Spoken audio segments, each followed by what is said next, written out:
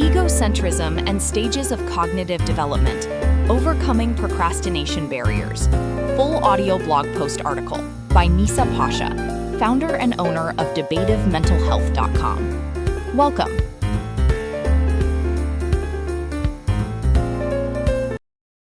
Egocentrism and Stages of Cognitive Development, Overcoming Procrastination Barriers. According to Adolescence by Santrock, there are different stages of cognitive development. The four are sensory motor, pre-operational, concrete operational, and formal operational. Within the sensory motor stage, I was able to develop distinct ways of thinking to learn and grow mentally and emotionally. In the pre-operative stage, I began to use mental representations to understand the world by symbolic thinking. Santrock, John W., 2016, page 93. This led me to use words and images of mental representations beyond connections of sensory information and physical actions by constraint of my childish thinking. Egocentrism and Stages of Cognitive Development, Overcoming Procrastination Barriers. Egocentrism and centration, as with all children during the ages of 2 to 7 years old, is found in the pre-operational stage. In the concrete operational stage, between the ages of 7 to 11 years old, I believe I was not a good representation of this stage due to my inability to logically associate concrete events. Most children in the concrete stages begin to reason logically about concrete events and the concept of conservation, organizing objects into classes of classifications, placing objects in order. In the sense of classifying objects in order, I was good at mathematics and placing things within order, but demonstrated inabilities to associate events by not understanding concepts in the meaning of my experiences. In my mid-20s, during the formal operational stage, I began to think realistic and more abstractly. I believe by thinking logically and gaining awareness to self and situations and circumstances contributed to decrease in negative outcomes. Santrock, John W., 2016, page 93. My social cognition was reserved as I was shy and disconnection with my peers, family, and community. Social cognition is the way individuals conceptualize and reason about the social worlds. Santrock, John W., 2016, page 136. My social cognition is my inner thoughts of people I see and interact with. Also, the relationships with the people I interact in relationships with. Adolescent egocentrism is a branch of my social skills found in social cognitive thinking and behaviors. Adolescent egocentrism is self-centered thinking to me.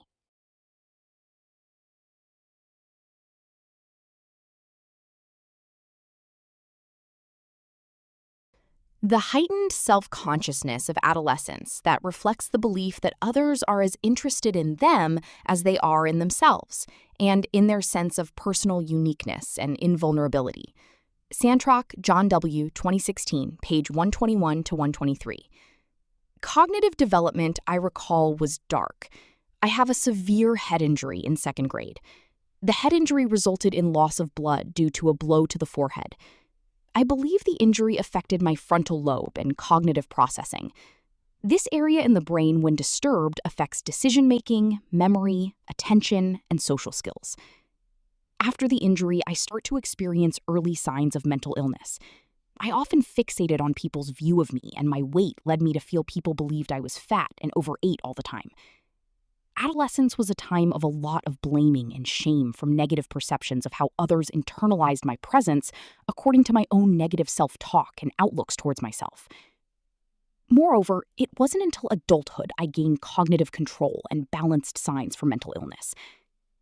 Cognitive control involves effective control and flexible thinking in a number of areas, including controlling attention, reducing interfering fearing thoughts, and being cognitively flexible. Santrock, John W., 2016, page 105. My mental illness resulted in a learning disability. People with learning disabilities often experience barriers which limits their cognitive controls. WebAIM, November 26, 2018, URL. Cognitive control is also known as inhibitory control, or effortful to control, to emphasize the abilities to resist a strong inclination to do one thing, but instead to do what is most effective. Santrock, John W., 2016, page 105. My cognitive control has increased with my aging, like most. When I lacked cognitive control, I had trouble paying attention in class, I was often distracted by things around me outside of the necessary tasks that I needed to focus on, and I felt insecure about the choices I made in comparison with others' abilities. This is common.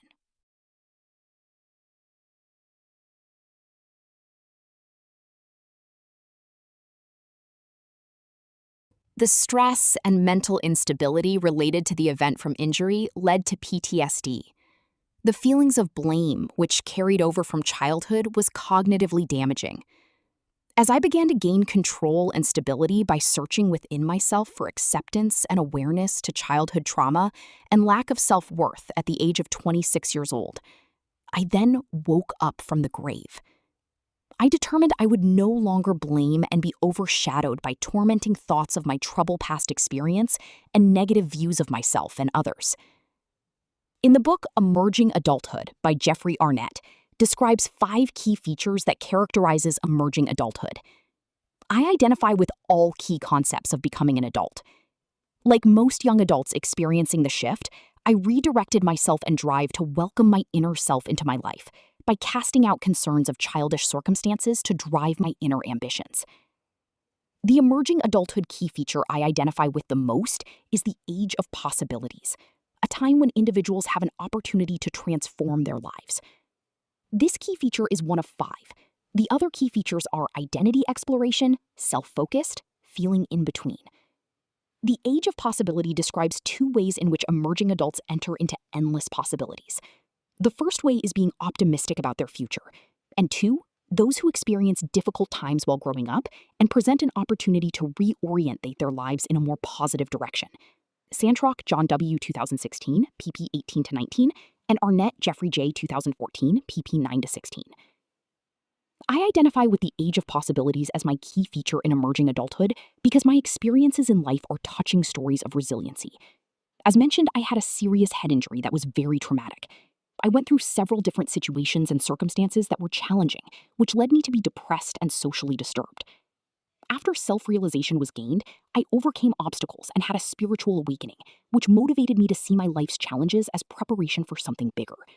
The motivation to overcome negative circumstances was my drive to become successful in social cognitive behaviors, education, work, and family life. Resiliency is defined as adapting positively and achieving successful outcomes in the face of significant risk and adverse circumstances. Santrock, John W. 2016, p. 21. Health and injury were the adverse circumstances, and risk was a single-parent home. The positive and achieving successful outcome was a graduate of higher education and continuing my higher education, as well as overcoming obstacles of being a statistic. Keywords: adolescent egocentrism, stages of cognitive development, barriers to procrastination. Hope you found this insightful grasping the key components. Please contact me if you would like to chat in a peer counseling session revolving around this post or another topic. Debate of mental health, seeking to inspire a unique perception of mental health awareness. Arnett, Jeffrey J. 2014. Emerging Adulthood, The Winding Road from the Late Teens Through the 20s. Oxford University Press. Santrock, John W. 2016. 16th edition. Adolescence. McGraw-Hill. WebAIM, November 26, 2018. Retrieved from URL https://webaim.org/articles/cognitive.